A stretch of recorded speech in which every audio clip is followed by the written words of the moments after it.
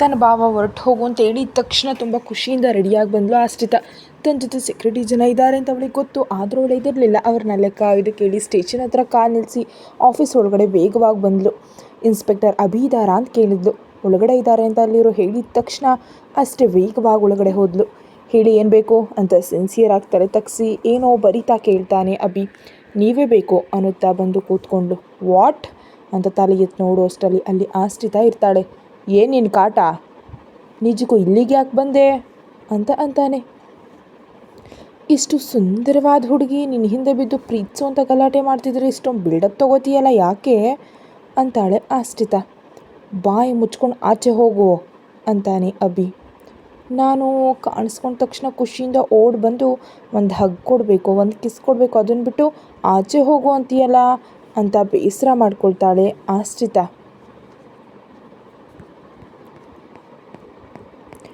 ಮೊನ್ನೆ ಆಸ್ಪತ್ರೆಯಲ್ಲಿ ಒಂದು ಕೊಟ್ಟೆ ಅಲ್ವಾ, ಅದು ಸಾಲಿಲ್ವಾ? ಬೇಕಾದ್ರೆ ಹೇಳು, ಅಂಥದ್ದೇ ಮತ್ತೊಂದು ಕೊಡ್ತೀನಿ ಅಂತಾನೆ ಅಭಿ.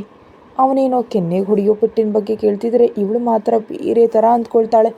ನಾನು ಕೂಡ ನೀನು ಬೆಡ್ ಮೇಲೆ ಇದ್ದಾಗ ಅಲ್ಲಿಗೆ ಬಂದು ಒಂದು ಕೊಟ್ಟೆ ಅಲ್ವಾ, ಬೇಕಾದರೆ ಹೇಳು, ನಾನು ಕೂಡ ಅಂಥದ್ದೇ ಕಿಸ್ ಕೊಡ್ತೀನಿ. ಅವತ್ತು ಅಂದರೆ ಕೆನ್ನೆ ಮೇಲೆ ಕೊಟ್ಟೆ, ಇವಾಗ ಡೈರೆಕ್ಟ್ ಅಟ್ಯಾಕ್ ಅಂದರೆ ಫ್ರೆಂಡ್ಸ್ ಕಿಸ್ ಕೊಟ್ಬಿಡ್ತೀನಿ ಅಂತ ನಾಚಿಕೆ ಇಲ್ಲದೆ ಇಷ್ಟಪಟ್ಟು ಹೇಳ್ತಾಳೆ. ನಿನಗೆ ಮದುವೆ ಮಾಡ್ಕೊಳ್ಳೋದು ತುಂಬ ಆ ಥರ ಇದ್ದ ಹಾಗಿದೆ. ನಾನು ನಿಮ್ಮ ಭಾವನಿಗೆ ಹೇಳ್ತೀನಿ, ಹೋಗಿ ಬೇಗ ಮದುವೆ ಮಾಡ್ತಾರೆ, ಹಾಯಾಗಿ ನಿನಗೆ ಇಷ್ಟ ಬಂದವ್ರನ್ನ ನೋಡಿ ಮದುವೆ ಆಗು, ಇಲ್ಲಿಗೆ ಬಂದು ನನ್ನ ತಲೆ ತಿನ್ಬೇಡ ಅಂತಾನೆ. ನೀನು ಒಪ್ಕೊಂಡ್ರೆ ಇವಾಗಲೇ ನಡೆದು ಹೋಗುತ್ತೆ ನಮ್ಮ ಮದುವೆ ಅಂತಾಳ ಆಶ್ರಿತ. ಈ ರೀತಿ ಹುಚ್ಚು ವೇಷ ಹಾಕ್ತೆ ಹೊರಟೋಗು, ಹುಡುಗಿ ಅಲ್ವಾ ಅಂತ ಯೋಚನೆ ಮಾಡ್ತೀನಿ, ಇಲ್ದಿದ್ರೆ ಕುತ್ತಿಗೆ ಪಟ್ಟಿ ಹಿಡ್ದು ಆಚೆ ಹೋಗ್ಬಿಡ್ತೀನಿ ಅಂತಾನೆ. ಏನು ನೀನು ಹಿಂದೆ ಬಂದು ಸುತ್ತಿದ್ದೀನಿ ಅಂತ ಬಿಲ್ಡಪ್ ಕೊಡ್ತಿದ್ಯಾ? ಹಲೋ ಆಶ್ರಿತ ಇಲ್ಲಿರೋದು, ನನ್ನ ಸುತ್ತ ಎಷ್ಟು ಚೆನ್ನಾಗಿರ್ತಾರೆ ಗೊತ್ತಾ, ಐ ಲವ್ ಯು ಅಂತ ಹೇಳ್ತಾ, ಅಂಥದ್ರಲ್ಲಿ ನಾನು ನಿನಗಾಗಿ ಬಂದಿದ್ರೆ ಅಷ್ಟೊಂದು ಪೋಸ್ಟ್ ಕೊಡಬೇಡ ಅಂತಾಳೆ. ಹಾಗಾದರೆ ಅಷ್ಟು ಜನ ನಿನ್ನ ಸುತ್ತಿರುವಾಗ ನೀನು ನನ್ನಿಂದ ಯಾಕೆ ಬರಬೇಕು, ಅವರಲ್ಲಿ ಒಬ್ಬನ ಮದುವೆ ಆಗೋ ಅಂತಾನಬ್ಬಿ. ಇನ್ನೊಂದ್ಸಲಿ ಆ ಮಾತಂದೆ ಅಂದರೆ ಏನು ಮಾಡ್ತೀನಿ ಗೊತ್ತಾ ಅನ್ನುತ್ತಾ ಮುಷ್ಟಿ ಬಿಗಿದು ಅಮಿ ಬೇಲೆ ಬರ್ತಾಳೆ. ಅಭಿ ಲಾಟಿ ಅಡ್ಡ ಇಟ್ಟು ಮರ್ಯಾದೆಗೆ ಹೋಗ್ತೀಯಾ ಇಲ್ಲ ಒಳಗಡೆ ಹಾಕ್ಲಾ ಅಂತ ಬೆದರಿಸ್ತಾನೆ. ಏನು ನೀನು ಹೆದರ್ಸಿದ್ರೆ ನಾನು ಹೆದರ್ಕೊಳ್ತೀನಿ ಅಂತ ಅಂದ್ಕೊಂಡ್ಬಿಟ್ಟಿದ್ಯಾ? ಅದಾಗಲ್ಲ, ನಾನು ಯಾವಾಗಲೂ ಹೆದರಲ್ಲ ಅಂತ ಸ್ವಲ್ಪ ಗಟ್ಟಿಯಾಗಿ ಹಿಡಿದ್ಲು ಆಶ್ರಿತ. ಅಭಿ ಒಬ್ಬ ಲೇಡಿ ಕಾನ್ಸ್ಟೇಬಲ್ನ ಕರೆದು ಇವಳನ್ನ ಒಳಗಡೆ ಹಾಕಿ ಅಂತಾನೆ. ಅಷ್ಟೇ ಗಬಗಬನೆ ಓಡ್ತಾ ಮುಂದುವರೆದು ಮೆಟ್ಟಿಲುಗಳನ್ನ ಇಳಿದ್ಲು.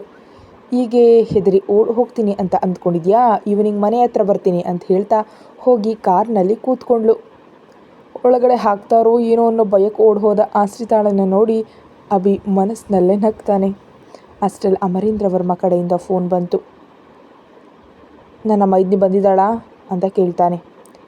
ನಿಮಗೇನೋ ಮುಜುಗರ ಅನ್ಸಲ್ವಾ, ಅವಳು ನನ್ನ ಹತ್ರ ಬರ್ತಾಳೆ ಅಂತಾಗಲೂ ತಡಿಬೇಕಲ್ವಾ, ಹೀಗೆ ನನ್ನ ಹತ್ರ ಕಳಿಸ್ತಿರಲ್ಲ ಯಾಕೆ? ನಾವಿಬ್ಬರು ಒಂದಾಗ್ಬಿಟ್ರೆ ನಿನ್ನ ಮೇಲಿರೋ ಕೇಸೆಲ್ಲ ವಜಾ ಮಾಡಿಸ್ಬಹುದು ಅಂತ ಪ್ಲ್ಯಾನ್ ಮಾಡ್ತಿದ್ಯಾ ಅಂತ ಅಭಿ ರೇಗಿಸ್ತಾನೆ. ಸ್ವಲ್ಪ ನಾಲ್ಗೆ ಕಂಟ್ರೋಲ್ನಲ್ಲಿಟ್ಕೊ ಮಿಸ್ಟರ್ ಅಭಿ, ಆ ಮಾತಂದಿದ್ದಕ್ಕೆ ಇವತ್ತಿಗೆ ನಿನ್ನ ಮುಗಿಸಿರ್ಬೇಕಿತ್ತು, ಆದರೆ ನೀನು ಒಬ್ಬ ಸಿನ್ಸಿಯರ್ ಪೊಲೀಸ್ ಆಫೀಸರ್, ಅದಕ್ಕೆ ಸುಮ್ಮನಿದ್ದೀನಿ ಅಂತ ಅಮರೇಂದ್ರ ವರ್ಮ. ನಿಮ್ಮ ಒಳ್ಳೆತನವನ್ನು ನಾನು ನೋಡಿದ್ದೀನಿ, ತಿಳ್ಕೊಂಡಿದ್ದೀನಿ, ಅದಕ್ಕೆ ಬಿಡ್ತಿದ್ದೀನಿ, ಇಲ್ದಿದ್ರೆ ಇವತ್ತಿಗೆ ನೀನು ಇರ್ತಿರ್ಲಿಲ್ಲ ಅಂತ ಅಮರೇಂದ್ರ ವರ್ಮ ಕೂಡ ಕೋಪದಿಂದ ಹೇಳ್ತಾನೆ. ಅಷ್ಟೇ ಅಲ್ಲ, ಈ ಸಮಾಜಕ್ಕೆ ನನ್ನಂಥವ್ರ ಅಗತ್ಯ ಎಷ್ಟಿದೆಯೋ ನಿನ್ನಂಥವ್ರ ಅಗತ್ಯನೂ ಅಷ್ಟೇ ಇದೆ, ಅದಕ್ಕೆ ಬಿಡ್ತಿದ್ದೀನಿ ಅಂತಾನೆ ಅಮರೇಂದ್ರ ವರ್ಮ. ಅಬ್ಬೋ ಅಂತಾನೆ ಅಭಿ. ನಾವು ಎಷ್ಟು ಹೇಳಿದ್ರು ಅವಳು ಕೇಳ್ತಿಲ್ಲ, ಅದಕ್ಕೆ ನಿನ್ನ ಕಡೆಯಿಂದ ಸರಿಯಾದ ಉತ್ತರ ಬಂದರೆ ಬಾಯಿ ಮುಚ್ಕೊಳ್ತಾಳೆ ಅಂತ ಬೇಕಂತಾನೆ ಕಳಿಸ್ದೆ ಅಂತಾನೆ. ನನ್ನನ್ನು ರೇಗಿಸ್ದೆ ಅಲ್ವಾ, ಇಷ್ಟು ದಿನ ನಾನು ತಡೆದಿದ್ದಕ್ಕೆ ಅವಳು ಸುಮ್ಮನಿದ್ಲು, ಆದರೆ ನೀನೇನೋ ನಾನೇ ಕಳಿಸ್ದೆ ಅಂದೆ ಅಲ್ವಾ, ಇಷ್ಟರವರೆಗೆ ನನಗೆ ಅಂಥ ಉದ್ದೇಶ ಇರಲಿಲ್ಲ, ಆದರೆ ನಾಳೆಯಿಂದ ಸ್ವತಃ ನಾನೇ ಹತ್ರ ನಿಂತವಳನ್ನ ಕರ್ಕೊಂಡು ಬಂದು ನಿಮ್ಮ ಮನೆ ಹತ್ರ ಡ್ರಾಪ್ ಮಾಡಿ ಹೋಗ್ತೀನಿ, ನಿನ್ನ ತಿಕ್ಕಲತನ ಇಳಿಸ್ತೀನಿ, ನೋಡ್ತಾ ಇರು ಅಂತ ಅಮರೇಂದ್ರ ವರ್ಮ. ಆಗ ಹೇಳಿ ಫೋನ್ ಇಟ್ಬಿಟ್ಟ ತಕ್ಷಣ ಏನು ನಡೀತಿದೆ ಇಲ್ಲಿ ಅಂತ ಕನ್ಫ್ಯೂಸ್ನಲ್ಲಿ ಬಿದ್ದು ಹೋದ ಅಭಿ. ಇಷ್ಟು ದಿನ ನಾನು ತಡೆದಿದ್ದಕ್ಕೆ ಅವಳು ಸುಮ್ಮನಿದ್ಲು, ಇಲ್ದಿದ್ರೆ ಯಾವಾಗಲೂ ಬಂದು ನನ್ನ ಮನೆಗೆ ಸೆಟಲ್ ಆಗ್ತಿದ್ಲು, ನೀನೇನೋ ನಾನೇ ನಿನ್ನ ಹತ್ರ ಕಳಿಸ್ತಿದ್ದೀನಿ ಅಂತಿದ್ಯಾ ಅಂತ ಅಭಿ ಹೇಳಿದ್ರಿಂದ ಕೋಪಗೊಂಡ ಅಮರೇಂದ್ರ ವರ್ಮ ಸ್ವತಃ ಆತನೇ ಅವನ ಮನೆಗೆ ಬಿಡ್ತೀನಿ ಅಂತ ಹೇಳ್ದ. ಇನ್ನು ಚೆನ್ನಾಗಿ ಎಂಜಾಯ್ ಮಾಡಬ್ಬಿ ಅಂತ ಹೇಳಿ ಫೋನ್ ಇಟ್ಬಿಟ್ಟ. ಇದೇನಿದ್ದು ಹೀಗಾಯ್ತಲ್ಲ ಅಂತ ತಲೆ ಹಿಡ್ಕೊಳ್ತಾನಬ್ಬಿ. ಅನಾವಶ್ಯಕವಾಗಿ ಅವನ್ನ ರೇಗಿಸ್ಬಿಟ್ನಾ, ಇವಾಗ ಲೂಸ್ ಬಂದು ಮನೇಲಿ ಸೆಟಲ್ ಆದರೆ ಹೇಗೆ, ಅಮ್ಮೋ ಇನ್ಮೇಲೆ ಜಾಗೃತಿ ಆಗಿರಬೇಕು, ಅವಳನ್ನ ಮನೆ ಒಳಗಡೆ ಮಾತ್ರ ಅಲ್ಲ ಆ ಬೀದಿಯಲ್ಲೂ ಸುಳಿದಂತೆ ನೋಡ್ಕೊಳ್ಬೇಕು. ಅವಳು ಒಳ್ಳೆಯವಳೆ, ಆದರೆ ಸ್ವಲ್ಪ ಲೂಸ್ ಅಂತ ಅಂದ್ಕೊಂಡು ಚಿಚಿಚಿ ನಾನೇ ಅವಳ ಬಗ್ಗೆ ಯೋಚನೆ ಮಾಡ್ತಿದ್ದೀನಿ ಅಂದ್ಕೊಂಡು ತಲೆ ಕೊಡವಿ ತನ್ನ ಕೆಲಸ ಮಾಡ್ಕೊಳ್ಳೋದಕ್ಕೆ ಟ್ರೈ ಮಾಡ್ತಾನೆ. ಆದರೆ ಆಶ್ರಿತಾಳ ನೆನಪು ಪದೇ ಪದೇ ಬರ್ತಾ ಇರುತ್ತೆ. ಅಷ್ಟರಲ್ಲಿ ಅಭಿಗೆ ಒಂದು ಮೆಸೇಜ್ ಬಂತು. ಅಭಿ ಆಶ್ರಿತಾ ಹಾರ್ಟ್ ಹಾಕಿ ಚೆನ್ನಾಗಿದೆ ಅಲ್ವಾ ಅಂತ ಮೆಸೇಜ್ ಕಳಿಸಿದ್ದಾಳೆ. ಅದನ್ನು ನೋಡಿ ತಲೆ ಚಚ್ಕೊಂಡು ಫೋನ್ ಪಕ್ಕಕ್ಕೆ ಎಸಿತಾನೆ. ಆದರೂ ನನ್ನ ಫೋನ್ ನಂಬರ್ ಇವಳಿಗೆ ಹೇಗೆ ಸಿಕ್ತು ಅಂತ ಯೋಚಿಸ್ತಾನೆ. ಹೇಳಿದ್ನಲ್ಲ ಆ ಅಮರೇಂದ್ರ ವರ್ಮ ನಾಳೆಯಿಂದ ನಿನಗೆ ಟಾರ್ಚರ್ ತೋರಿಸ್ತೀನಿ ಅಂತ ನನ್ನ ನಂಬರ್ ತನ್ನ ಮೈದನಿಗೆ ಕೊಟ್ಟಿರ್ತಾನೆ ಅಂತ ಅಂದ್ಕೊಂಡು ಆ ಮೆಸೇಜ್ ಎಲ್ಲ ಡಿಲೀಟ್ ಮಾಡಿ ಹ್ಯಾಪಿಯಾಗಿ ಕೆಲಸ ಮಾಡೋದಕ್ಕೆ ಟ್ರೈ ಮಾಡ್ತಾನೆ. ಸ್ವಲ್ಪ ಕಷ್ಟ ಆದರೂ ಪ್ರಯತ್ನಿಸ್ತಿದ್ದಾನೆ. ಏನು ಮಾಡ್ತಿದ್ಯಾ ಡಾರ್ಲಿಂಗ್ ಅಂತ ಅಮರೇಂದ್ರ ವರ್ಮ ಫೋನ್ ಮಾಡ್ತಾನೆ. ಆಶ್ರಿತಾಲಿಗೆ ಹೋಗಿದ್ದಲ್ಲ ಏನಾಯಿತು ಅಂತ ಕೇಳ್ತಾಳೆ ಸಾತ್ವಿಕ. ಇದು ನಡೀತು ಅಂತ ಸಿಂಪಲ್ಲಾಗಿ ಹೇಳ್ದ. ಅವ್ರ ವಿಷಯ ಪಕ್ಕಕ್ಕಿಡು, ನಾವಿಬ್ಬರು ಲಂಚ್ಗೆ ಹೋಗೋಣವಾ ಅಂತ ಕೇಳ್ತಾನೆ. ಹಾಂ ಆಗಲಿ, ಆದರೆ ಅಷ್ಟು ದೊಡ್ಡ ದೊಡ್ಡ ಹೋಟೆಲ್ಗಳಿಗೆಲ್ಲ ಬೇಡ. ಸಿಂಪಲ್ಲಾಗಿ ಯಾವುದಾದ್ರೂ ಸಣ್ಣ ರೆಸ್ಟೋರೆಂಟ್ ಅಥವಾ ಸಣ್ಣ ಹೋಟೆಲ್ ಆದರೂ ಪರವಾಗಿಲ್ಲ. ನಾವು ಹೊಟ್ಟೆ ತುಂಬ ತಿನ್ನೋ ಹಾಗಿರಬೇಕು, ವೇಸ್ಟ್ ಮಾಡೋ ಹಾಗಿದ್ರೆ ನಾನು ಬರಲ್ಲ ಅಂತ ಹೇಳಿದ್ಲು ಸಾತ್ವಿಕ. ಸರಿ, ಲಂಚ್ ಟೈಮ್ಗೆ ರೆಡಿಯಾಗಿರು, ಬರ್ತೀನಿ ಅಂತ ಅಂತಾನೆ. ಫೋನ್ ಇಟ್ಬಿಟ್ಟು ಈಗ ಸ್ಟೀವಲ್ಲಿ ಪಕ್ಕದಲ್ಲಿ ಕೂತು ಕೆಲಸ ಮಾಡ್ತಿದ್ದಾಳೆ ಸಾತ್ವಿಕ. ಆಶ್ರಿತ ಡೈರೆಕ್ಟಾಗಿ ಮನೆಗೆ ಹೊರಟು ಹೋದ್ಲು. ನನ್ನ ಹತ್ರನೇ ವೇಷ ಆಗ್ತಿದೆಯಾ ಅಲ್ವಾ, ನಿನ್ನನ್ನು ಹೀಗೆ ಆಟ ಆಡಿಸ್ತೀನಿ ನೋಡ್ತಾ ಇರು ಅಂತ ಹೇಳಿ ಪ್ರತಿ 10 ನಿಮಿಷಕ್ಕೊಮ್ಮೆ ಅಭಿಗೆ ಮೆಸೇಜ್ ಕಳಿಸ್ತಾನೆ ಇದ್ದಾಳೆ. ಮೊದಲ 2-3 ಮೆಸೇಜ್ಗಳನ್ನ ನೋಡ್ದೆ ಪಕ್ಕಕ್ಕಿಟ್ಟಿದ್ದ. ಹಾಗೆ ಮೆಸೇಜ್ಗಳು ಬರುತ್ತಲೇ ಇದ್ದಾಗ ಪಾಪ ಎಷ್ಟೊತ್ತು ಅಂತ ಸುಮ್ಮನಿರ್ತಾನೆ. ನೋಡಬಾರ್ದು, ಅವಳಂದ್ರೆ ನನಗೆ ಇಷ್ಟ ಇಲ್ಲ ಅಂದ್ಕೊಳತ್ಲೇ ಮೆಸೇಜ್ ಓಪನ್ ಮಾಡಿ ನೋಡ್ತಿದ್ದಾನೆ. ನಾನೇನಾದರೂ ಅವಳನ್ನ ಪ್ರೀತಿಸ್ತಿದ್ದೀನಾ ಏನು? ಆ ಮೆಸೇಜ್ಗಳಲ್ಲಿ ಏನಿದೆ ಅಂತ ತಿಳಿಬೇಕಲ್ವ, ಇಲ್ದಿದ್ರೆ ಅವಳಿಗೆ ಏನಾದರೂ ಪ್ರಾಬ್ಲಮ್ ಇದೆಯೇನೋ ಅಂದ್ಕೊಳ್ತಾ ಓಪನ್ ಮಾಡಿ ನೋಡ್ತಿದ್ದಾನೆ. ಅವನು ಮೆಸೇಜ್ ನೋಡ್ತಿದ್ದಾನೆ ಅಂತ ಅರ್ಥ ಮಾಡ್ಕೊಂಡು ಅಷ್ಟೇ ಇನ್ನೂ ಜಾಸ್ತಿ ಮೆಸೇಜ್ ಮಾಡೋದಕ್ಕೆ ಶುರು ಮಾಡಿದ್ಲು. ಕರೆಕ್ಟಾಗಿ ಲಂಚ್ ಟೈಮ್ಗೆ ಅಮರೇಂದ್ರ ವರ್ಮ ಬಂದ. ಸಾತ್ವಿಕ ಕೂಡ ಬೇಗನೆ ಬಂದು ಕಾರನ್ನು ಹತ್ತಿದ್ಲು. ಬಂದ ತಕ್ಷಣ ಅವನ್ನ ಹಪ್ಕೊಂಡ್ಳು. ಏನಾಯಿತು, ಮಿಸ್ ಮಾಡ್ಕೊಂಡ್ಯಾ ಅಂತ ಕೇಳ್ತಾನೆ. ಅದೆಲ್ಲ ಒಂದು ದೊಡ್ಡ ಕಂಪ್ನಿ ಪ್ರಾಜೆಕ್ಟ್ಗಾಗಿ ಟೆಂಡರ್ ಹಾಕ್ತಿದ್ದೀನಿ ಅಂತ ಹೇಳಿದ್ಲು. ಅದು ನಿನಗೆ ಸಿಗೋ ಹಾಗೆ ಮಾಡಲಾ ಅಂತ ಕೇಳ್ತಾನೆ. ಬೇಡ,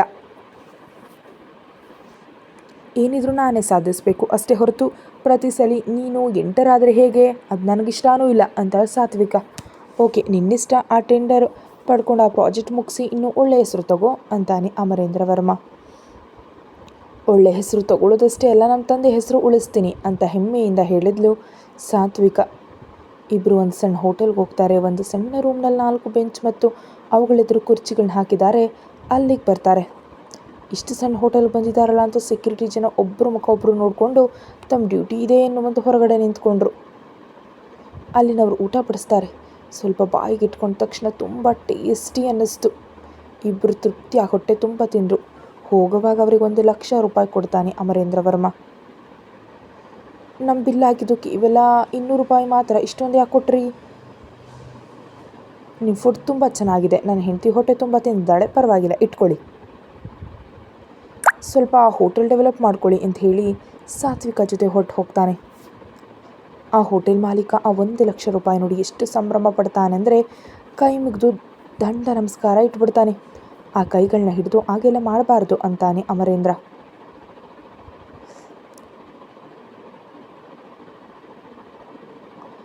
ಹೋಟೆಲ್ನ ಡೆವಲಪ್ ಮಾಡೋದಕ್ಕೆ ಹೇಳಿ ಈಚೆ ಬಂದುಬಿಟ್ಟ. ಕಣ್ಣೀರಿನಿಂದ ಅವರ ಕಡೆ ನೋಡ್ತಿದ್ದಾನೆ ಆ ಹೋಟೆಲ್ನ ಮಾಲೀಕ. ಇಬ್ಬರು ಬಂದು ಕಾರ್ನಲ್ಲಿ ಕೂತ್ಕೊಳ್ತಾರೆ. ಕಾರ್ ಸ್ಟಾರ್ಟ್ ಮಾಡ್ತಾನೆ. ಹಿಂದೆ ಸೆಕ್ಯೂರಿಟಿ ಕೂಡ ಫಾಲೋ ಮಾಡ್ತಿರ್ತಾರೆ. ಅಮರೇಂದ್ರ ವರ್ಮ ಕೈ ಹಿಡ್ಕೊಂಡು ತುಂಬ ಥ್ಯಾಂಕ್ಸ್ ಅಂತಾಳೆ ಸಾತ್ವಿಕ.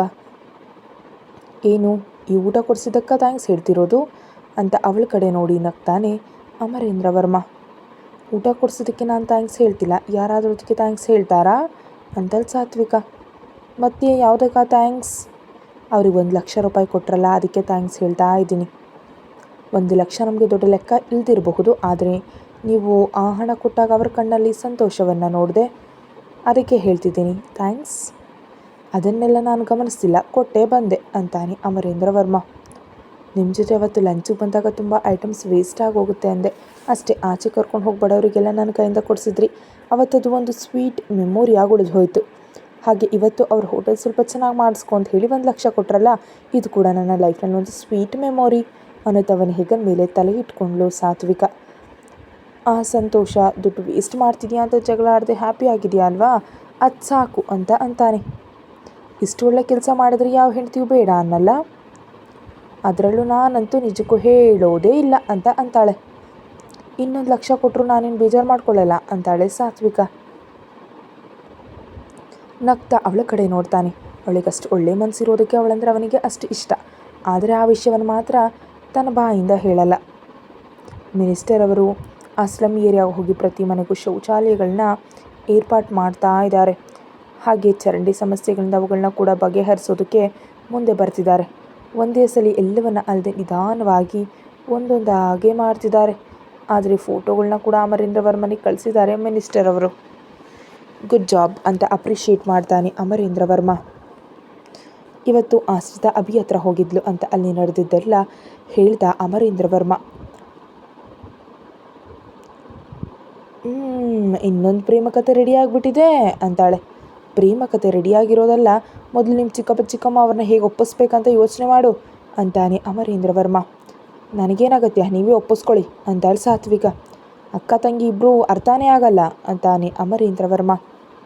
ನಾನು ಒಂದು ಕೇಳಲಾ ಅಂತಾಳೆ ಸಾತ್ವಿಕ. ಕೇಳು ಅಂತಾನೆ. ನಿನ್ನನ್ನು ಫಸ್ಟ್ ಟೈಮ್ ಏರ್ಪೋರ್ಟ್ನಿಂದ ಆಚೆ ಕರ್ಕೊಂಡು ಬರುವಾಗ ಒಂದು ಜಾಗ ಕರ್ಕೊಂಡು ಹೋಗಿದ್ದಲ್ಲ, ಅಲ್ಲಿ ಒಬ್ರನ್ನ ಕೊಂದ್ರಲ್ಲ, ಯಾಕೆ ಹಾಗೆ ಒಬ್ಬ ಮನುಷ್ಯನನ್ನು ಕೊಲ್ಲೋದು ತಪ್ಪಲ್ವಾ ಅಂತ ಬೇಸರದಿಂದ ಕೇಳ್ತಾಳೆ ಸಾತ್ವಿಕ. ಹೌದು ತಪ್ಪೇ ಅಂತಾನೆ. ಆವಾಗ ತುಂಬ ಹೆದರ್ಕೊಂಡಿದ್ದೆ ಅಂತ ಅಂತಾಳೆ. ಒಬ್ಬ ಮನುಷ್ಯನನ್ನು ಕೊಂದವನ ಜೊತೆ ನೀನು ಇದೆಯಾ ಸಾತ್ವಿಕ? ಅದೇ ಮನುಷ್ಯನ ಜೊತೆ ಇವಾಗ ಧೈರ್ಯವಾಗಿದೆಯಾ? ಅಷ್ಟೇ ಅಲ್ಲ, ಅವನ ಜೊತೆ ಜೀವನ ಹಂಚ್ಕೊಳ್ಳೋದು ಕೂಡ ಪ್ರಯತ್ನಿಸ್ತಿದೆಯಾ, ಇಷ್ಟಪಡ್ತಿದೆಯಾ, ಮತ್ತು ಹಂತಕಂತ ತಿಳಿದು ಯಾಕೆ ಅಷ್ಟೊಂದು ಪ್ರೀತಿಸ್ತಿದೆಯಾ ಅಂತ ಕೇಳ್ತಾನೆ ಅಮರೇಂದ್ರ ವರ್ಮ. ನಿಜಾನೇ, ಅವಾಗ ನಿನ್ನ ಬಗ್ಗೆ ನನಗೆ ಗೊತ್ತಿರಲಿಲ್ಲ. ನೀನು ಯಾಕೆ ಹೀಗಿದೆಯೋ ಗೊತ್ತಿರಲಿಲ್ಲ, ಯಾಕೆ ಮನುಷ್ಯರನ್ನು ಕೊಲ್ತಿದೆಯೋ ಗೊತ್ತಿರಲಿಲ್ಲ. ಆ ವಿಷಯ ಇವತ್ತಿಗೂ ನನಗೆ ಗೊತ್ತಿಲ್ಲ. ಕರೆಕ್ಟ್, ಆದರೆ ನಿನ್ನ ಜೊತೆ ಹ್ಯಾಪಿಯಾಗಿದ್ದೀನಿ. ನಮ್ಮ ತಂದೆ ಕೂಡ ನನಗೆ ನೆನಪಿಗೆ ಬರ್ತಿಲ್ಲ. ನಾನು ಚಿಕ್ಕ ವಯಸ್ಸಿನಿಂದ ಬೆಳೆದ ಆಸ್ಟ್ರೇಲಿಯಾ, ಚಿಕ್ಕಮ್ಮ ಚಿಕ್ಕಪ್ಪ ಅಲ್ಲಿ ಕಳೆದ ದಿನಗಳು, ಸಿಕ್ ಫ್ರೆಂಡ್ಸ್ ಯಾರೂ ನೆನಪಿಗೆ ಬರ್ತಿಲ್ಲ. ನೀವು ಮಾತ್ರ ನೆನಪಿಗೆ ಬರ್ತಿದ್ದೀರಾ. ಯಾಕೆ ಅನ್ನೋದು ನನಗೆ ಗೊತ್ತಿಲ್ಲ. ಇದನ್ನು ನೀವೇನಂತೀರೋ ನನಗಂತೂ ಗೊತ್ತೇ ಇಲ್ಲ ಅಂತಾಳೆ ಸಾತ್ವಿಕ. ಆದರೆ ನಿನ್ನ ಜೊತೆ ಇರೋದು ಚೆನ್ನಾಗಿದೆ. ನೀನು ತೋರಿಸೋ ಪ್ರೀತಿ ಇನ್ನೂ ಚೆನ್ನಾಗಿದೆ. ಈ ಪ್ರೀತಿಯನ್ನು ನಾನು ದೂರ ಮಾಡ್ಕೊಳ್ಳಲಾರೆ. ಒಂದು ವೇಳೆ ಈ ಪ್ರೀತಿ ದೂರ ಆಗಿ ಹೋಗುತ್ತೆ ಅಂದರೆ ನನ್ನ ಪ್ರಾಣ ಕೂಡ ದೂರವಾದಂತೆ ಅಂತಾಳೆ ಸಾತ್ವಿಕ. ಸಡನ್ನಾಗಿ ಕಾರ್ ನಿಲ್ಲಿಸಿ ಸಾತ್ವಿಕ ಕಡೆ ನೋಡಿ, ಇನ್ನೊಮ್ಮೆ ಆ ಥರ ಮಾತಾಡಬೇಡ ಅಂತಾನೆ. ನಿಜ ಹೇಳ್ತಿದ್ದೀನಿ, ಇವಾಗ ನೀನು ಇಲ್ದಿದ್ರೆ ನಾನು ಏನಾಗೋಗ್ತಿದ್ದೀನೋ ಅಂತ ಭಯ ಶುರುವಾಗಿದೆ.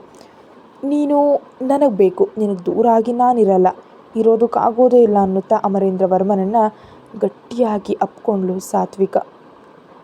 ಹಾಗಾದರೆ ಫಸ್ಟ್ ನೈಟ್ ಮಾಡ್ಕೊಳ್ಳೋಣವಾ ಅಂತ ತುಂಟತನದಿಂದ ಕೇಳೋ ಅಷ್ಟರಲ್ಲೇ ಇನ್ನೂ ಜಾಸ್ತಿ ನಾಚಿ ನೀರಾದ್ಲು ಸಾತ್ವಿಕ. ಅವಾಗ ಹೇಗಿದ್ನೋ ಗೊತ್ತಿಲ್ಲ, ಆದರೆ ಅನಾವಶ್ಯಕ, ಆದರೆ ನೀನಂದರೆ ನಂಗೆ ತುಂಬ ಪ್ರೀತಿ ಅಂತ ವಾಲ್ಕೊಂಡಿದ್ರಿಂದ ಆ ರೀತಿ ಕೇಳ್ದ ಅಷ್ಟೆ. ಅದಕ್ಕೆ ನಾಚಿ ನೀರಾದ ಸಾತ್ವಿಕ, ಹೀಗೆ ನಾಚ್ಕೊಂಡ್ರೆ ಅರ್ಥ ಏನು? ಇಷ್ಟ ಇದೆ ಅಂತ ಹೇಳಬೇಕು ಅಂತ ಅಂದ್ಕೊಂಡಿದ್ಯಾ? ಇಷ್ಟ ಇಲ್ಲ ಆಮೇಲೆ ನೋಡೋಣ ಅಂತ ಅಂದ್ಕೊಂಡಿದ್ಯಾ? ಅದೇನೋ ನನಗೆ ಕ್ಲಾರಿಟಿ ಸಿಗಬೇಕಲ್ವಾ ಅಂತಾನೆ. ನೀನೇ ತಿಳ್ಕೊಳ್ಬೇಕು ಅಂತಾಳೆ ಸಾತ್ವಿಕ. ಅಮ್ಮೋ ಅಂತ ರಿಸ್ಕ್ ಮಾಡಬಾರ್ದು, ಯಾಕಂದರೆ ಹೆಣ್ಮಕ್ಳು ಮಾತುಗಳಿಗೆ ಅರ್ಥಗಳೇ ಬೇರೆ ಅಲ್ವಾ ಅಂತ ಅಮರೇಂದ್ರ ವರ್ಮ. ಅರ್ಥ ಮಾಡ್ಕೊಳ್ಳೋದಕ್ಕೆ ಸಾಧ್ಯ, ಆದರೆ ಹೆಣ್ಮಕ್ಳನ್ನ ಅರ್ಥ ಮಾಡ್ಕೊಂಡಷ್ಟು ಈಸಿಯಾಗಿ ಯಾರನ್ನು ಅರ್ಥ ಮಾಡ್ಕೊಳ್ಳೋದಕ್ಕಾಗಲ್ಲ. ನಿನಗೆ ಅರ್ಥ ಮಾಡ್ಕೊಳ್ಳೋದಕ್ಕಾಗ್ತಿಲ್ಲ, ಅದಕ್ಕೆ ಕಷ್ಟ ಅನ್ನಿಸ್ತಿದೆ ಅಂತ ಅಂತಾಳೆ ಸಾತ್ವಿಕ. ಅಮ್ಮ ದೊಡ್ಡ ದೊಡ್ಡ ಮಾತುಗಳನ್ನ ಆಡ್ತಿದ್ಯಾ ಅಲ್ವಾ? ಸರಿ, ಇಷ್ಟು ದಿನಗಳಿಂದ ನನ್ನ ಜೊತೆ ಇದೆಯಲ್ಲ, ನನ್ನ ಬಗ್ಗೆ ಏನು ಅರ್ಥ ಮಾಡ್ಕೊಂಡಿದ್ಯೋ ಸ್ವಲ್ಪ ಹೇಳು, ಕೇಳ್ತೀನಿ, ಧನ್ಯನಾಗ್ಬಿಡ್ತೀನಿ ಅಂತಾನೆ. ಯೋಚನೆಯಲ್ಲಿ ಬಿದ್ಲು ಸಾತ್ವಿಕ. ಸರಿ, ಮನೆಗೆ ಹೋಗುವಷ್ಟರಲ್ಲಿ ಯೋಚನೆ ಮಾಡು, ಕಾರ್ನಲ್ಲಿ ಹೇಳಿಬಿಟ್ಟು ಹೋಗಬೇಕು ಅಂತ ಕಾರ್ ಸ್ಟಾರ್ಟ್ ಮಾಡ್ತಾನೆ. ಕೆನ್ನೆ ಮೇಲೆ ಬೆರಳಿಟ್ಕೊಂಡು ಏನಿದೆ ಹೇಳೋದಕ್ಕೆ ಅಂತ ಅಂದ್ಕೊಂಡ್ಳು. ಅಮ್ಮೋ, ನನ್ನಲ್ಲಿ ಒಂದೇ ಒಂದು ಕ್ಯಾರೆಕ್ಟರ್ ಕೂಡ ಇಲ್ವಾ ನೀನು ಒಳ್ಳೆಯದಾಗಿ ಹೇಳ್ಕೊಳ್ಳೋದಕ್ಕೆ ಅಂತಾನೆ ಅಮರೇಂದ್ರ ವರ್ಮ. ನೀನು ಊಹೆ ಕರೆಕ್ಟೇ. ನಾನು ಅಮರೇಂದ್ರ ವರ್ಮ ಅಲ್ವಾ, ಹಾಗಾಗಿ ನಾನು ಒಳ್ಳೆ ಗುಣಗಳಿರಲ್ಲ ಬಿಡು ಅಂತಾನೆ. ಯೋಚನೆ ಮಾಡ್ತಿದ್ದೀನಿ. ಗುಣ ಅಂದ ತಕ್ಷಣ ಪಕ್ಕನೆ ಹೇಳಬೇಕು, ಯೋಚನೆ ಮಾಡಿ ಹೇಳೋದನ್ನ ಗುಣ ಅನ್ನಲ್ಲ ಅಂತಾನೆ. ಹಾಗಂದ್ಕೊಂಡ್ರೆ ಕೊಲ್ಲೋದೇ ನೆನಪಿಗೆ ಬರುತ್ತೆ ನನಗೆ ಅಂತಾಳೆ ನಗು ತಡೆಯುತ್ತಾ. ಹೌದಾ, ಕೊಲ್ಲೋದು ಮಾತ್ರ ನೆನಪಿಗೆ ಬಂತ ನನ್ನ ತಾಯಿ? ನೀನು ಸರಿಗಿದೆಯಾ ಅಂತಾನೆ. ಅದೇನು ನಿಮ್ಮ ಅಭಿಮಾನ ಅಂತಾಳೆ ಸಾತ್ವಿಕ. ಅಮ್ಮ ಇದೇನಿದು ಇಷ್ಟೊಂದು ಯೋಚನೆ ಮಾಡ್ತಿದ್ದೆ, ಇವಳು ಯೋಚನೆ ನೋಡ್ತಿದ್ರೆ ಡೈರೆಕ್ಟಾಗಿ ಸ್ಟೇಷನ್ಗೆ ಹೋಗಿ ಇಲ್ಲ ಸಲದ ಕೇಸ್ಗಳನ್ನ ಹೇಳಿ ನನ್ನ ಸಿಲುಕಿಸೋ ಹಾಗಿದ್ದಾಳೆ ಅಂತ ಅಂದ್ಕೊಳ್ತಾನೆ. ಈಗ ಮನೆ ಹತ್ರ ಬಂದರು, ಆದರೆ ಕಾರ್ ಇಳಿಲಿಲ್ಲ. ಇವಾಗ ಹೇಳು, ನನ್ನಲ್ಲಿ ಏನು ಒಳ್ಳೆ ಗುಣ ನೋಡಿದೆ ಅಂತ ಕೇಳ್ತಾನೆ. ನಿಜಕ್ಕೂ ಏನಿದೆ ಹೇಳೋದಕ್ಕೆ ಅಂತೇಳಿ ಸಾತ್ವಿಕ. ಹೇಳಿದ್ನೆಲ್ಲ ನನ್ನ ಅರ್ಥ ಮಾಡ್ಕೊಳ್ಳೋದಕ್ಕೆ ಸಾಧ್ಯ, ಆದರೆ ದಿನಕ್ಕೊಂದು ವೇರಿಯೇಷನ್, ದಿನಕ್ಕೊಂದು ಹೊಸ ವಿಷಯ ನಿನಗೆ ತಿಳಿಯುತ್ತೆ, ಆದರೆ ನೀನು ನನ್ನ ಅರ್ಥ ಮಾಡ್ಕೊಳ್ತಿಲ್ಲ, ಅದಕ್ಕೆ ನಿನಗೆ ಏನೂ ಗೊತ್ತಿಲ್ಲ ಅಂತಾನೆ. ಅಬ್ಬೋ, ಹಾಗೆ ತಳ್ಳಾಕೋದಲ್ಲ, ಇಷ್ಟು ದಿನಗಳಿಂದಲೇ ಇಲ್ಲೇ ಇದೆಯಲ್ಲ, ಏನು ತಿಳ್ಕೊಂಡಿದ್ಯೋ ಹೇಳು ನನ್ನ ಬಗ್ಗೆ ಅಂತಾನೆ. ತುಂಬ ಒಳ್ಳೆಯವಂತ ತಿಳ್ಕೊಂಡಿದ್ದೀನಿ ಅಂತಾಳೆ ಸಾತ್ವಿಕ. ನಿನ್ನ ಮುಂದೆ ಕೊಲೆ ಮಾಡಿದೆ, ನಾನು ಒಳ್ಳೆಯವನು ಹೇಗಾಗ್ತೀನಿ, ತಪ್ಪು ತಿಳಿತಿದೆಯೇನೋ, ಯೋಚನೆ ಮಾಡ್ಕೋ ಅಂತ ಅಮರೇಂದ್ರ ವರ್ಮ. ಆ ಕೊಲ್ಲೋ ಸಂಗತಿ ಪಕ್ಕಕ್ಕಿಟ್ರೆ ನನ್ನ ತಂಗಿಯನ್ನು ಕಾಪಾಡಿದಾಗ ನೀನು ಒಳ್ಳೆತನವನ್ನು ನೋಡಿದೆ, ಅದನ್ನು ನೋಡಿ ಬಿದ್ದು ಹೋಗಿ ಅಲ್ವಾ ಆಸ್ಟ್ರೇಲಿಯಾಕ್ಕೆ ಹೋಗದೆ ನಿಮ್ಮ ಹತ್ರ ಉಳಿದ್ಬಿಟ್ಟೆ ಅಂತ ಅಂತಾಳೆ. ಸಾತ್ವಿಕ ಆ ಕಡೆ ನೋಡ್ತಿದ್ದಾನೆ. ಅಮರೇಂದ್ರ ವರ್ಮ, ಅತ್ತಿ ಉರಿತಿರೋ ಬಸ್ನಿಂದ ಪ್ರಯಾಣಿಕರನ್ನ ಕಾಪಾಡಿ ಕರ್ಕೊಂಡು ಬಂದಿಯಲ್ಲ, ಅಲ್ಲಿ ನಿನ್ನ ಒಳ್ಳೆತನ ತಿಳಿಯಿತು. ನನ್ನನ್ನು ರೌಡಿಗಳು ಕಿಡ್ನ್ಯಾಪ್ ಮಾಡಿ ಕರ್ಕೊಂಡು ಹೋದಾಗ ನೀನು ಪಟ್ಟ ಬೇಸರ ನನ್ನ ಮನಸ್ಸಿಗೆ ತಿಳಿಯಿತು. ಮಿನಿಸ್ಟರ್ ಅವರ ರೂಮ್ನ CCTV ಕ್ಯಾಮ್ರಾ ಇಡೋದು ತಪ್ಪು ಅಂತ ಗೊತ್ತು, ಆದರೆ ನನ್ನನ್ನು ಕಾಪಾಡೋದಕ್ಕೆ ಆ ಕೆಲಸ ಮಾಡಿದೆ ಅಷ್ಟೇ ಹೊರತು ಆ ವಿಡಿಯೋವನ್ನು ಆಚೆ ತರಲ್ಲ, ಯಾಕಂದರೆ ಅದು ನಿನ್ನ ಮೇಲೆ ನನಗಿರೋ ನಂಬಿಕೆ, ಅಲ್ಲಿ ನನ್ನ ಮೇಲೆ ನಿನಗಿರೋ ಪ್ರೀತಿ ತಿಳಿಯಿತು. ಆ ವಿಡಿಯೋವನ್ನು ಅಡ್ಡ ಇಟ್ಟು ಆ ಮಿನಿಸ್ಟರ್ ಕಡೆಯಿಂದ ಒಳ್ಳೆ ಕೆಲಸ ಮಾಡಿಸ್ತಿದ್ಯಾ, ಒಂದು ಕಾಲೋನಿ ಜನರಿಗೆ ಎಷ್ಟು ಒಳ್ಳೇದು ಮಾಡ್ತಿದ್ಯಾ ಗೊತ್ತಾ, ಅಲ್ಲಿ ನಿನ್ನ ಒಳ್ಳೆತನ ನನಗೆ ತಿಳಿಯಿತು. ಎಲ್ಲದಕ್ಕಿಂತ ಮುಖ್ಯವಾಗಿ ಅಭಿ ಮತ್ತು ಆಶ್ರಿತಾಳನ್ನು ಬಂದ್ ಮಾಡೋದಕ್ಕೆ ಟ್ರೈ ಮಾಡ್ತಿದ್ಯಾ, ಯಾಕಂದರೆ ಪ್ರೇಮಿಗಳನ್ನ ಬೇರ್ಪಡಿಸಬಾರ್ದು, ಅದು ನಿನಗಿಷ್ಟ ಇಲ್ಲ. ಅಲ್ಲಿ ಪ್ರೇಮಿಗಳ ಮೇಲೆ, ಪ್ರೀತಿ ಮೇಲೆ ನಿನಗಿರೋ ಗೌರವ ತಿಳಿಯಿತು. ಅಭಿ ತುಂಬ ಒಳ್ಳೆಯವನಂತ ಅವನ ಬಗ್ಗೆ ವಿಚಾರಣೆ ಮಾಡಿದ್ಯಾ. ಇನ್ನೊಂದು ವಿಷಯ ಏನಂದರೆ, ಅವನ ಹತ್ರ ನನ್ನ ತಂಗಿ ಸೇಫ್ ಆಗಿರ್ತಾಳೆ ಅಂತ, ಅವ್ನು ಚೆನ್ನಾಗಿ ನೋಡ್ಕೊಳ್ತಾನೆ ಅಂತ ನಂಬ್ತಿದ್ಯಾ, ಅದಕ್ಕೆ ಒಂದು ಮಾಡಬೇಕಂತ ಟ್ರೈ ಮಾಡ್ತಾ ಇದೆಯಾ. ಆಶ್ರಿತಾಳ ಅಮ್ಮನವರ ಆಸ್ತಿ ಇಲ್ಲ ಅಂತ ಅಡ್ಡಿ ಮಾಡ್ತಾರೆ ಅಂತ ನಿನಗೆ ಗೊತ್ತು, ಅದಕ್ಕೆ ನಿನ್ನ ಪ್ರಾಪರ್ಟಿಯನ್ನು ಅಭಿ ಹೆಸರಿಗೆ ಬರೆಯೋದಕ್ಕೂ ಕೂಡ ನೀನು ಸಿದ್ಧವಾಗಿದೆಯಾ, ಆದರೆ ಅಭಿ ಒಪ್ಪಬೇಕಲ್ವಾ ಅಂತ ಯೋಚನೆ ಮಾಡ್ತಿದ್ಯಾ.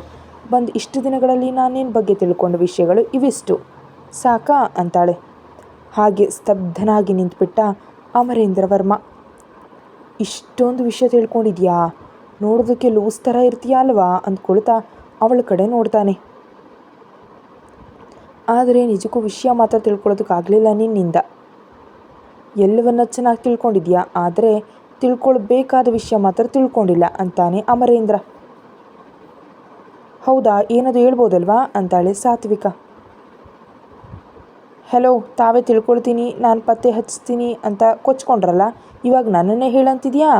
ಆದರೂ ನನ್ನ ಬಗ್ಗೆ ನಾನೇ ಹೇಳ್ಕೊಂಡ್ರೆ ಏನು ಚೆನ್ನಾಗಿರುತ್ತೆ, ನೀನೇ ತಿಳ್ಕೊಂಡು ನಿನ್ನ ಬಾಯಿಂದ ನೀನು ಹೇಳ್ತಿದ್ರೆ ಅದನ್ನು ನಾನು ಕೇಳ್ತಿದ್ರೆ ಆ ಮಜಾನೇ ಬೇರೆ ಅಂತಾನೆ. ಆಗಲ್ಲ, ಹೇಳ್ಬೋದಲ್ವಾ ಅಂತ ಮುದ್ದ ಕೇಳಿದ್ಲು ಸಾತ್ವಿಕ. ತಿಳ್ಕೊಳ್ಬಹುದಲ್ವಾ ಅಂತಾನೆ ಅಮರೇಂದ್ರ ವರ್ಮ. ಪ್ಲೀಸ್ ಹೇಳ್ಬೋದಲ್ವಾ ಅಂತವನ ಗಡ್ಡ ಹಿಡಿದು ಕೇಳಿದ್ಲು ಸಾತ್ವಿಕ. ಓವರ್ ಆ್ಯಕ್ಷನ್ ಸಾಕು, ಇನ್ನು ಒಳಗಡೆ ಹೋಗು ಅಂತಾನೆ ಅಮರೇಂದ್ರ ವರ್ಮ. ದುಷ್ಟ ಅಂದ್ಕೊಳ್ತಾ ಕಾರ್ ಹಿಡಿದು ಹೊರಟು ಹೋದ್ಲು. ಥ್ಯಾಂಕ್ ಯು ಅಂತಾನೆ. ಸಾತ್ವಿಕ ಆಗಿ ಹೋದ ತಕ್ಷಣ ನಗ್ತಾ ತಕ್ಷಣ ಅಲ್ಲಿಂದ ಹೊರಟು ಹೋಗ್ತಾನೆ ಅಮರೇಂದ್ರ ವರ್ಮ.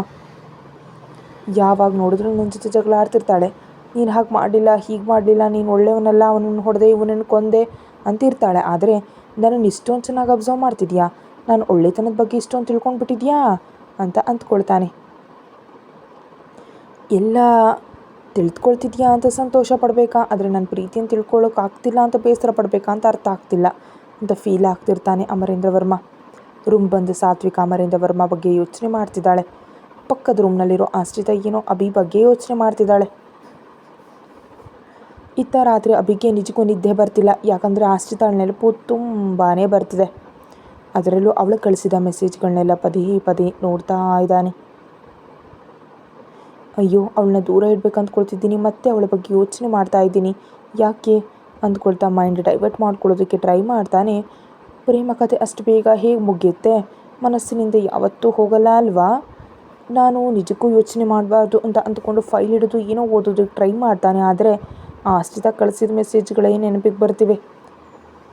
ಈ ಭಾವ ಮೈದ್ನಿ ಇಬ್ಬರು ನನ್ನ ಟಾರ್ಚರ್ ಮಾಡೋದಕ್ಕೆ ರೆಡಿ ಆಗಿಬಿಟ್ಟಿದ್ದಾರೆ ಅಂದ್ಕೊಳ್ತಾನೆ ಅಭಿ. ಇದು ನಿಜವಾಗಿಯೂ ನನ್ನ ತುಂಬ ಡಿಸ್ಟರ್ಬ್ ಮಾಡ್ತಿದೆ. ನಾನು ಹೊಡೆದೆ, ಅದನ್ನು ಕೂಡ ನೆನಪಿಟ್ಕೊಳ್ಳದೆ ನಾನು ಸುತ್ತಿದ್ದಾಳೆ ಅಂದ್ಕೊಳ್ತಾ ಅತ್ತ ಇತ್ತ ಹೊರಳಾಡಿ ಕೊನೆಗೆ ಮುಂಜಾನೆ 4 ಗಂಟೆಗೆ ನಿದ್ದೆ ಮಾಡ್ತಾನೆ. ಇತ್ತ ಆಶ್ರಿತ ಕೂಡ ಅಭಿನ್ ನೆನಪಿಸ್ಕೊಳ್ತಲೇ ಇದ್ದಾಳೆ.